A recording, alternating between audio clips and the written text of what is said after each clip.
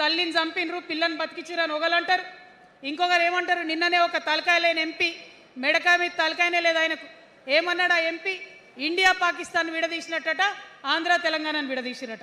మరి వాళ్ళ అగ్రనాయకత్వం ఇన్ని మాటలు అంటుంటే మన ప్రాంతంలో ఉన్నటువంటి భారతీయ జనతా పార్టీ బానిస ఎంపీలు ఎవరైతే ఉన్నారో ఒక్క మాట కూడా వాళ్ళు మాట్లాడరు. ఫెడరల్ స్ఫూర్తికి విరుద్ధంగా రాష్ట్రం ఏర్పాటు అయిన తర్వాత 7 మండలాలు మనకి గుంజుకుంటే పార్లమెంట్లో పల్లీకులు ఇస్తారు కానీ ఆ ఎంపీలు ఒక్క మాట కూడా మాట్లాడరు. మనకు 8 రూపాయలు ఇవ్వకపోతే ఆ ఎంపీలు ఒక్క మాట మాట్లాడరు. విభజన హామీలు ఇవ్వకపోతే ఆ బీజేపీ బానిస ఎంపీలు ఒక్క మాట కూడా మాట్లాడరు. అంతేకాకుండా సామాజిక న్యాయం అనేటటువంటి ఒక కాన్సెప్ట్కే బద్ద వ్యతిరేకి భారతీయ జనతా పార్టీ. అందుకే ఏం చేస్తున్నారు, మహిళా బిల్ అయితే మోసం 2 సార్లు పాస్ చేసిరు, దాన్ని మొత్తానికే పక్కన పెట్టేసిండ్రు. బీసీ బిల్లు ఇక్కడికి వెళ్ళి పంపిస్తే దాన్ని తొక్కిపెట్టిండ్రు.